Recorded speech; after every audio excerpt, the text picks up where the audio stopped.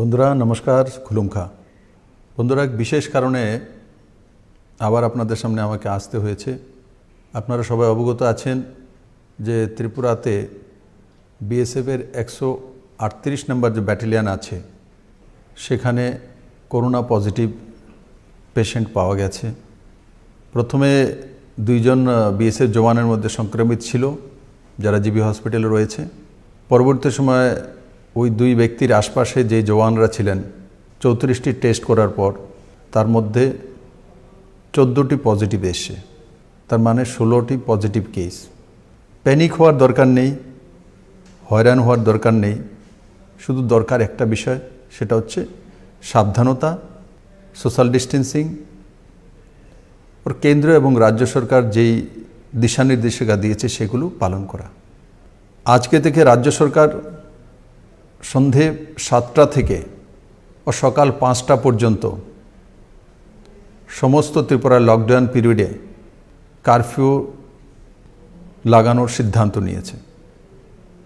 আগেই কনসার্ন ডিএমরা 144-এর সঙ্গে সঙ্গে শুধু অত্যাবশ্যকীয় তো এসেন্সিয়াল সার্ভিস সেগুলোর পারমিশন দিয়ে একটা দিশানির্দেশিকা লাগু করেছে।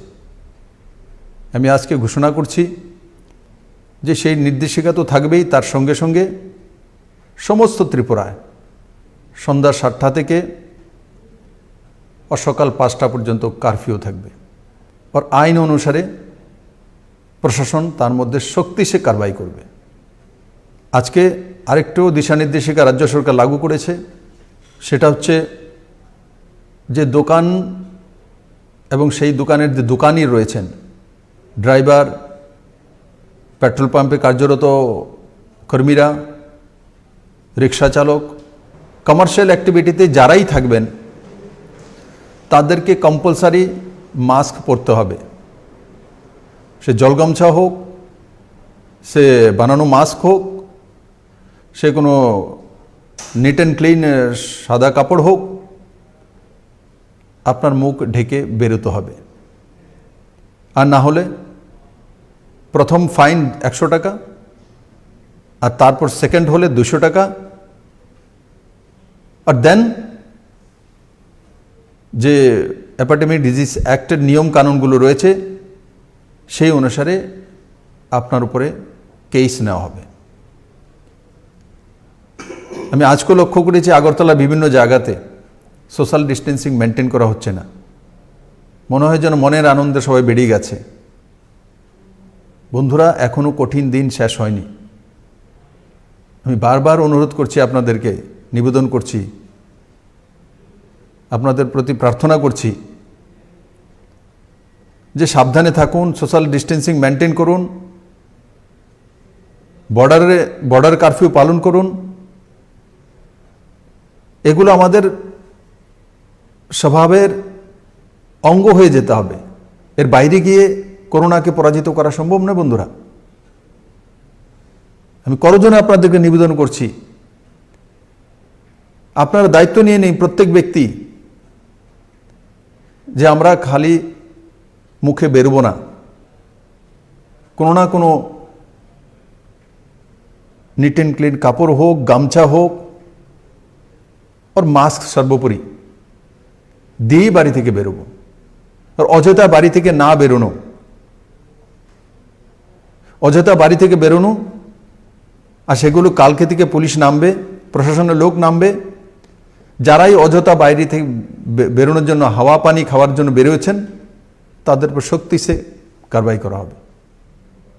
যারা ত্রিপুরার বাইরে রয়েছেন, ত্রিপুরা সরকার সিদ্ধান্ত করেছে যারা ট্যুরিস্ট হিসাবে অন্য রাজ্যতে ঘোরার জন্য গিয়েছিলেন, চিকিৎসা করার জন্য গিয়েছিলেন, পিলিগ্রিমস, আর সঙ্গে সঙ্গে যারা স্টুডেন্ট কোনো এক্সাম দেওয়ার জন্য গিয়েছেন, আটকে গেছেন বহিরাজ্যে, তাদেরকে প্রায়োরিটিতে প্রথম আনা হবে।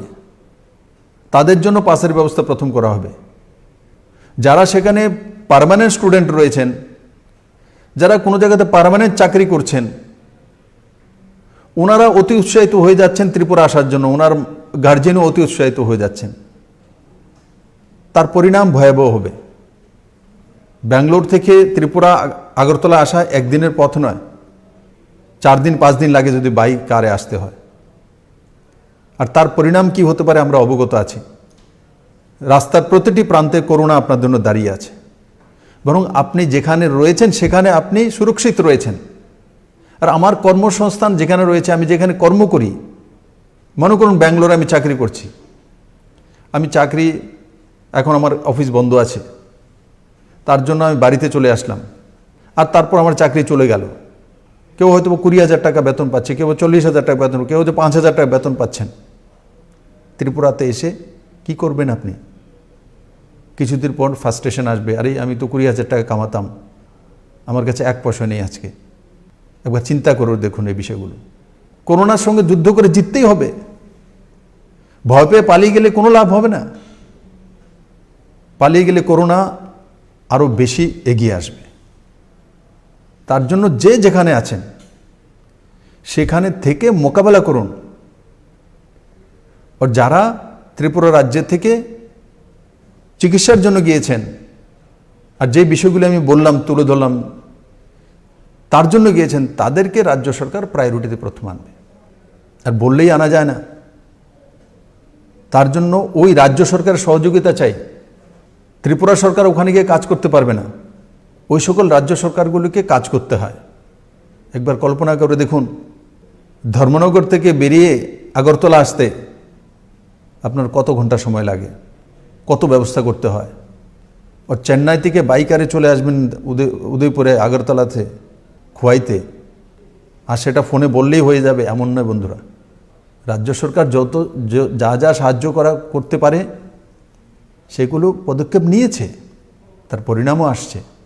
কিন্তু অস্থিরতা না রাখা আর অন্যকে অস্থির না করা, তার পরিণাম ভালো হবে না। তাই বন্ধুরা, রাজ্য সরকার এবং কেন্দ্র সরকার যে দিশানির্দেশিকা জারি করেছে সেইগুলোকে মেনে নিজের জীবনশৈলীকে তৈরি করা। আমরা সবাই অনেক রিল্যাক্স ছিলাম যে ত্রিপুরা গ্রিন জোনে চলে এসছে, কিন্তু আজকে একই ক্যাম্পের মধ্যে 16 জন পজিটিভ চলে এসছে। আরও তার স্যাম্পল নেওয়া হচ্ছে। যখনই স্যাম্পলের রেজাল্ট আসবে আপনাদের সামনে বিষয় চলে আসবে। তার জন্য অতি সাবধানে থাকুন, অন্যকেও সাবধানে রাখুন। অতি উৎসাহিত যারা হয়েছেন তাদেরকে আপনারাই মোকাবেলা করুন। আর অপপ্রচার থেকে দূরে থাকুন। কোনো মতেই সোশ্যাল মিডিয়াতে, প্রিন্ট মিডিয়াতে, ইলেকট্রনিক্স মিডিয়াতে বিভিন্নভাবে যদি তার অপপ্রচার করা হয় তো তার উপরে আইনি শক্ত ব্যবস্থা নেওয়া হবে। এবং কোভিড-19 কনফার্মেশন দেওয়া, তার জন্য কোন লেভেলের অফিসার দেবেন, কোন অধিকারী ডিক্লেয়ার দেবেন, কে সে বিষয়ে লিখতে পারেন, তার জন্য গাইডলাইন আজকে রাজ্য সরকার তৈরি করেছে। যে কেউ চাইলে ডিক্লেয়ার করে দেবেন সেটা হয় না। সোশ্যাল মিডিয়াতে নাম সহকারে শেয়ার করে নেবেন। নাম সহকারে কার কার কোভিড হয়েছে তার নাম সহকারে শেয়ার করা, সেটা আইনত দণ্ডনীয়। সরকার তার উপরে কার্যবাহী করবে। আমি 1-2 দিন যাবত দেখছি বিভিন্ন সোশ্যাল মিডিয়াতে পুরো লিস্ট বেরিয়ে আসছে, লিস্টের সঙ্গে সবাই শেয়ার করছে। যার সোশ্যাল মিডিয়া থেকে হবে তার উপর সরকার কার্যবাহী কেস করবে। বন্ধুরা, আরও কিছু সিদ্ধান্ত রাজ্য সরকার আজকে নিয়েছে। বন্ধুরা, section 188 of Indian panel code 45 of 1860 এই ধারা অনুসারে রাজ্য সরকার যারাই এই আইন ভঙ্গ করবে তার উপরে কার্যবাহী করবে। আর এই কার্যবাহী করার জন্য যারা আধিকারিক, district magistrate, sub divisional magistrate, director health services, director family welfare, preventive medicine जो डायरेक्टर लेवल ऑफिसर और पुलिसे इंस्पेक्टर लेवल ऑफिसर तार नीचे नय ओनाराई मास्क ना पड़ले বা এই কানুনগুলি না যদি পালন করা হয় তো তার উপর ফাইন করার অধিকারী। ওনারাই ফাইন করতে পারবেন 100 টাকা করে এবং দ্বিতীয়বার 200 টাকা করে, বাকি কেস কম্পালসারি। তার জন্য আমি সমস্ত ত্রিপুরাবাসীর কাছে নিবেদন করব যে আপনারা সাবধানে থাকুন, সোশ্যাল ডিস্টেন্সিং মেনটেন করে চলুন, প্রতি ব্যক্তি মাস্ক পরেই বাড়ি থেকে বেরোন। আর যদি দোকানে গিয়েছেন সেই দোকানই মাস্ক পরা থাকবে, যে কাস্টমার গিয়েছে ওনাকে মাস্ক পরতে হবে। আর সঙ্গে সঙ্গে বাজার কমিটিগুলো যেগুলো রয়েছে তাদের দায়িত্ব সোশ্যাল ভলেন্টিয়ার তৈরি করে বাজারগুলোকে সেভাবে তৈরি করা। আজকে পুলিশ ডিপার্টমেন্ট এবং ট্রান্সপোর্ট ডিপার্টমেন্ট এবং বিভিন্ন যে মজদুর সংঘগুলি তার সঙ্গে আলোচনা হয়েছে। সেই আলোচনা ক্রমে কিভাবে 50% সিটে অকুপাই করে বাস চলবে, কিভাবে বসা হবে, কে দেখবে এবং কিভাবে দেখবে, সমস্তগুলো আলোচনা হয়েছে। এবং আলোচনার পর এই ব্যবস্থার মাধ্যমেই সিস্টেম চলবে এবং যেই মোটর স্ট্যান্ড থেকে ওই সিস্টেম মেনে যানবাহন চলবে তাদেরকেই পারমিশন দেওয়া হবে, বাকিদেরকে পারমিশন দেওয়া হবে না। তাই বন্ধুরা, আমি আপনাদের প্রতি কৃতজ্ঞ যে এত লম্বা সময় যাবত আপনারা এই লকডাউনের মধ্যে কেন্দ্র এবং রাজ্য সরকারের দিশানির্দেশিকা পালন করে নিজেকে সংযত রেখেছেন। আগামী দিনগুলোও তো আমাদেরকে সেই দিশাতে কাজ করতে হবে। কারণ কি, যেটা আমরা ভেবেছিলাম হয়তোবা করোনা থেকে ত্রিপুরা বেরিয়ে চলেছে, কিন্তু আমাদের সামনে আবার সেই করোনা এসে দাঁড়িয়ে গেছে। তাই আমি আপনাদেরকে বলবো, আপনারা পেশেন্স রাখুন আর অন্যকেও পেশেন্স রাখার জন্য অনুরোধ করুন। আমি আবার বলবো, জান হ্যাঁ তো জাহান। যেটা আপনারা এ দীর্ঘদিন যাবৎ নিজের জীবনশৈলীকে পরিবর্তন করে একটা সিস্টেমেটিক্যালি ব্যবস্থার মধ্যে নিজেদেরকে নিয়ে এসছেন, সেটা যাতে কোনো মতেই আপনাদের কাছ থেকে না যায়। আর যারা সেই সিস্টেমকে ভাঙতে চেষ্টা করছেন তাদেরকে সংযত করে দিন, আর নাহলে আইন অনুসারে ব্যবস্থা হবে। আর সঙ্গে সঙ্গে আরেকটা বিষয় বলবো, কিছু কিছু ছোটো মোটো রাজনৈতিক দল বিভিন্ন বিষয় নিয়ে আজকাল দেখছি রাজনীতি করতে চাইছেন। কাঞ্চনপুরে কোনো মঞ্চ রয়েছে, কোথায় কি হবে? আরে ভাই, করোনা মোকাবেলা করছি, করোনা থেকে বেরিয়ে আসি, রাজনীতি ছেড়ে দিন, এই মঞ্চ ছেড়ে দিন। সরকার কড়া কার্যবাহী করবে তার মধ্যে, এবং এই সময়ে এই ধরনের কার্যকলাপ করার পরিণতি কি হতে পারে আর কত বছর পর্যন্ত জেল হতে পারে সেই বিষয়ে আপনারা অবগত নিশ্চয়ই আছেন। তার জন্য আগে ত্রিপুরাকে করোনা থেকে বের করি, এই মঞ্চ আর সেই রাজনীতি আমরা করতে পারবো।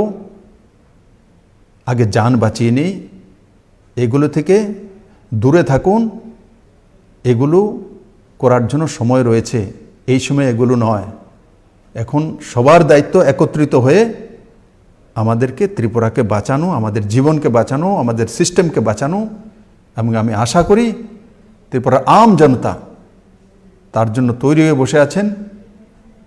আর যা কিছু অসুবিধা হচ্ছে সব জায়গাতে কোনো না কোনো জায়গায় রাজ্য সরকার সাহায্য করছে, কেন্দ্র সরকার সাহায্য করছে। তাছাড়াও যেই অসুবিধাগুলো রয়েছে সেগুলোও আমরা খুঁজে বের করার চেষ্টা করছি। সেগুলো সমাধান করার জন্য আগামী 2-4 দিনের মধ্যে আরও কিছু নতুন স্কিম, নতুন কিছু দিশানির্দেশিকা রাজ্য সরকার তার সামর্থ্য অনুসারে আপনাদের জন্য লাগু করবে।